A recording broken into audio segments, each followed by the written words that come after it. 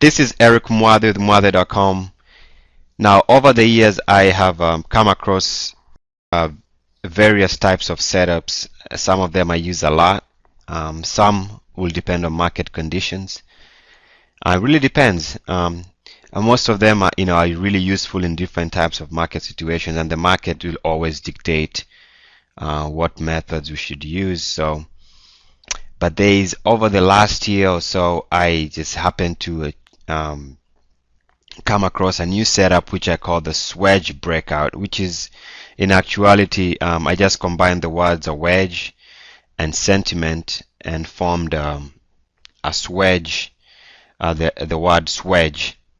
And what this stands for is typically you'll find that if you look at the RSI, the relative strength index of a stock's gonna be, you'll find that there is a wedge. And now when I was doing my research, there was this little voice that kept telling me, find the wedge, find the wedge. And I'll tell you the same thing. If you're gonna use this setup, make sure you can define a wedge. Don't just assume there's one. If you can't find a wedge, then you can't use it. But you need to find a wedge, because that's the whole point of it. Is you'll find that stocks will be moving up and down within a certain certain range in terms of sentiment, from bullish, excessive bullishness to bearish sentiment, and it's going to be moving in a range. Now, why in this range? Now, unless you have as it gets closer here, you're gonna see a lot of whipsawing as bulls take over, they push it to the top end of the line, and as bears take over, they push it to this end. So instead of and this is where it's a critical lesson, and we don't have to be buying stocks all the time if we don't see the setups we need. And this sometimes can even take months where you don't get a buy signal in a stock or an index. And so what you're doing is just chopping away for little moves. Because really in this kind of environment, unless you're buying the stock earlier on in the wedge, where you could play like from a move from here to here or from here back to here, somewhere around here it becomes choppy.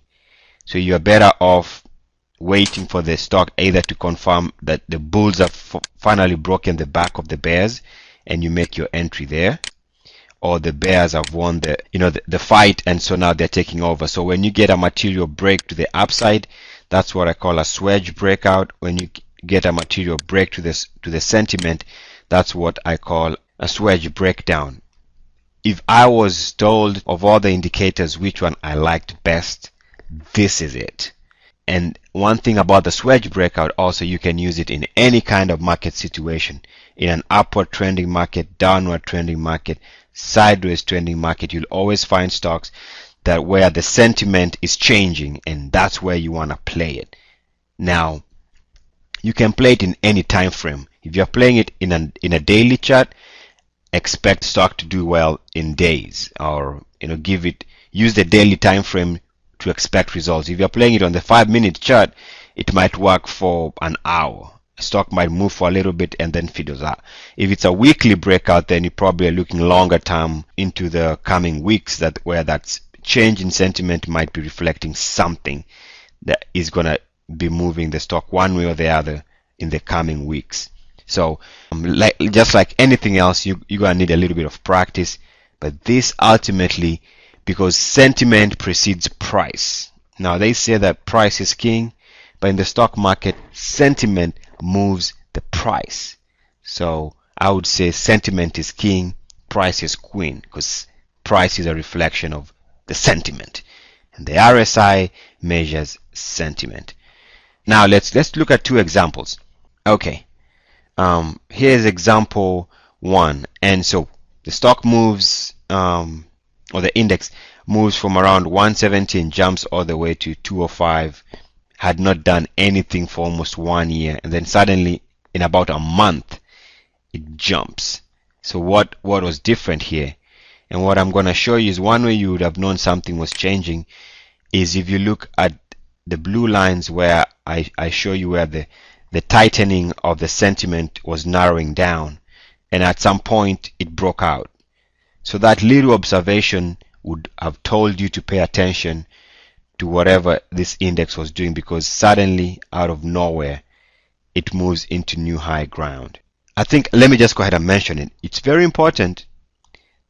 The best ones that you'll always find are the ones are moving, that had been trading up below 50 and are now moving above, confirming they want to stay above 50. Because the psychology of a stock when it's above 50 and below 50 is really different. Above 50 means the average behavior of the stock is upwards, and below 50 means the average mathematical behavior of the stock or instrument is lower. So you really want to, as much as possible, play the mathematics to your advantage. You want to get the stocks when the Swedge breakout is mostly breaking up, it's already breaking into and above the 50 area. If it's a breakdown, you want to break down below or around the 50 area. That way you know you're now moving into new mathematics, and the math is going to be different. Like I said, when it's above 50, the average move of the stock is usually size-wise and direction-wise is going to be higher. When it's below 50, you're going to notice that usually the mathematics dictates that on average the stock is going to be under pressure. And these are just the subtle things you can use to help you. Point of it is that finally this move here enabled us to draw these top lines here and these RSI bottom lines. When we moved out of that, we had a nice move confirmed by the gain in price. So what you see here is change in sentiment right here, and followed by change in price. And that's all an investor wants. You want always to put yourself in the best situation where the odds are in your favor. That's all you are asking for. Let's look at another instrument. It's the iShares for the Silver Trust. It really doesn't matter what instrument, any market in the world, anytime, it's really the same thing. We see this move right here that took silver from around 1450 all the way to 20 in about 3 months, when the markets were real bad early in the year 2008. Is we had this wedge formation here, and when we moved out of that, again, this is what in my subsequent video I'm going to talk about, is north Swedge breakout, which is above the 50 north. When these lines here, you see it's moving above 50 and starting a new trend, the Swedge breakout, and again you see a move above 50. So that started this move here, and you see a big move in price. So whoever was playing that was rewarded, and that's all you need to know. You don't have to know anything else. Again, we see a small wedge breakdown.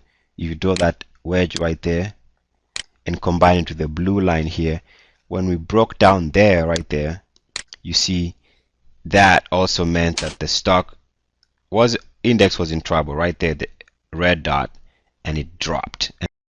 So just by knowing that, you know to avoid the instrument once it breaks below that. Now we come back again and we get another wedge formation right here, a little one, small wedge formation, and then again we are moving above 50. So these ones are the best, the ones that move you above 50 and they're breaking out of a Swedge formation. Those ones are really profitable. And again, we see that little move moves the stock from 16 all the way to 19. Not the best moves, but still, you're not losing money. If anything, you're making some money. And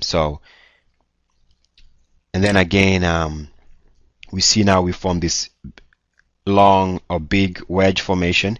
And now look, we have this wedge formation that is, and once it's broken, we see where we are moving deeper into the below 50 area, and that's very bearish for the stock. So this wedge breakdown, moving the stock deeper into below the 50 area, which I call a south breakdown because it's below the 50, move the stock from around 17 all the way to 12. So the thing about it is you have to, for example, when it breaks down